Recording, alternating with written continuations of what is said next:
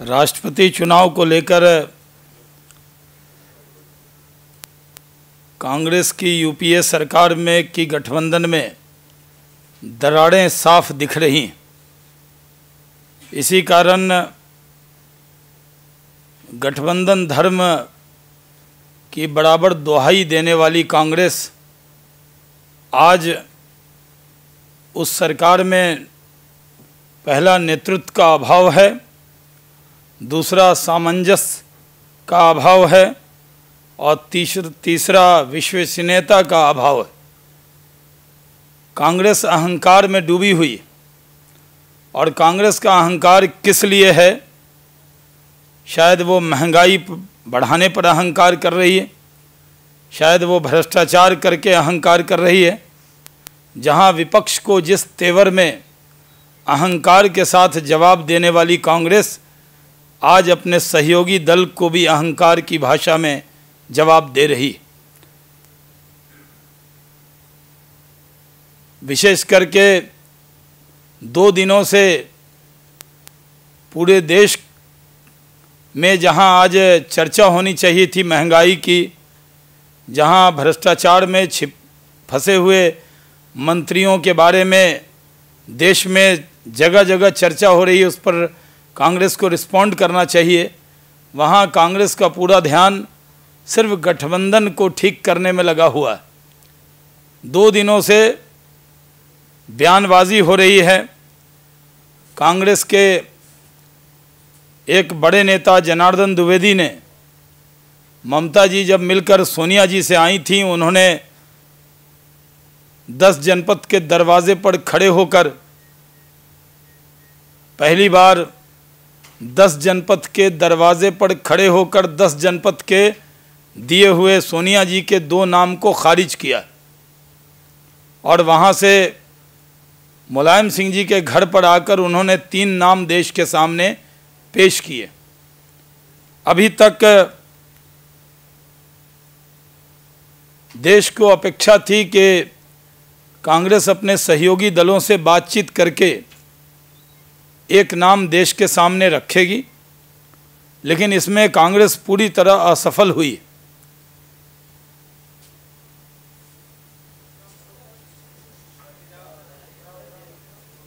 राष्ट्रपति चुनाव की कवायद में एक बात साफ हो गई है कि यूपीए में नेतृत्व के प्रति उनके गठबंधन दलों का जो विश्वास था वो पूरी तरह से समाप्त हो चुका है।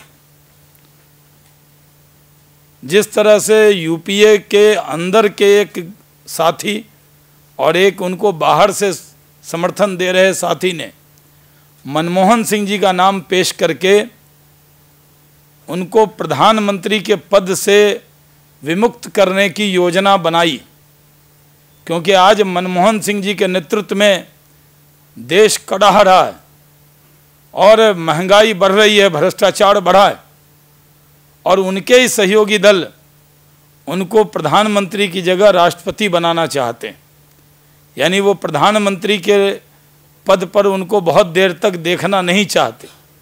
इसलिए देश में एक बड़ा सवाल खड़ा हुआ है।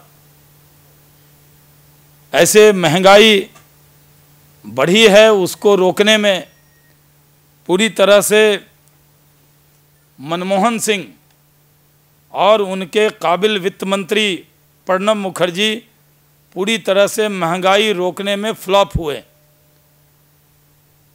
जहां मनमोहन सिंह से अपेक्षा थी कि एक अर्थशास्त्री प्रधानमंत्री महंगाई रोकने के लिए कोई सहयोग करेंगे, वहां वित्त मंत्री प्रणब मुखर्जी से भी अपेक्षा थी कि वो महंगाई रोकने के लिए कोई कठोर कदम उठाएंगे। लेकिन आज जब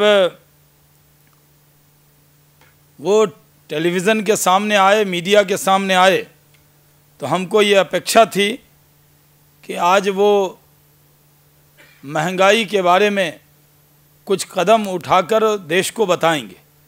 लेकिन आज प्रणब मुखर्जी ने देश को निराश किया है। उन्होंने पिछले 3 सप्ताह के जो आंकड़े उन्होंने दिए हैं उसमें महंगाई जो बढ़ी है उसके बारे में उन्होंने कोई ठोस कदम का ऐलान करने की जगह महंगाई थोड़ी बढ़ी है उसको इस तरह से बता रहे थे जैसे वो सरकार की कोई प्रणब मुखर्जी कोई उपलब्धि बता रहे। वो देश को मई के महीने में महंगाई में जो बढ़ोतरी हुई है उस महंगाई की मार झेल रही जनता वित्त मंत्री से ये अपेक्षा करती थी कि वो आज कोई महंगाई रोकने का कदम उठाने की घोषणा करेंगे और देश में अपने नाम का कोई गुडविल खड़ा करेंगे, लेकिन आज उन्होंने महंगाई बढ़ाने की सूचना दी।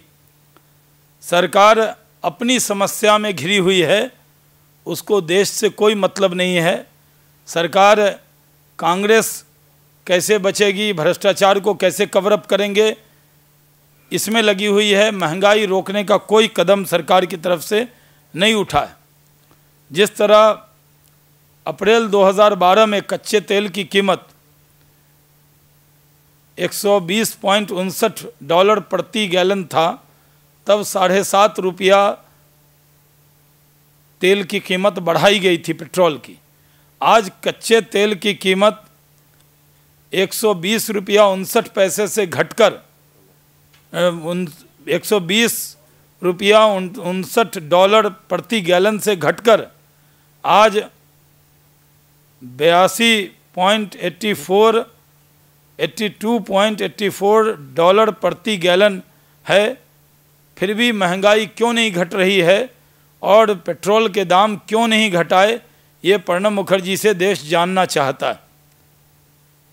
अभी जिस तरह से यूपीए सरकार चल रही है, पहले ही देश के बड़े उद्योगपति ने कहा है कि ये सरकार पूरी तरह से नेतृत्व विहीन है। आज देश में नेतृत्व का अभाव है और जिस तरह की भाषा का उपयोग अभी सरकार के लोग कर रहे हैं, उससे ये अंदाज़ा होता है कि इस सरकार के पास आज देश को देने के लिए कुछ नहीं है। जहां मनमोहन सिंह जी के नेतृत्व पर पहले ही सवालिया निशान उनके सहयोगी दल ने उठाए थे, अब सोनिया गांधी जी के नेतृत्व पर भी उनके घर के सामने खड़े होकर सवालिया निशान उठाए गए। जहां तक राष्ट्रपति चुनाव का सवाल है, हम लोग इस पर एनडीए की बैठक होगी। कल 11 बजे माननीय लाल कृष्ण आडवाणी जी के निवास स्थान पर एनडीए की बैठक होगी और उसमें एनडीए वर्तमान स्थिति पर चर्चा करेगा।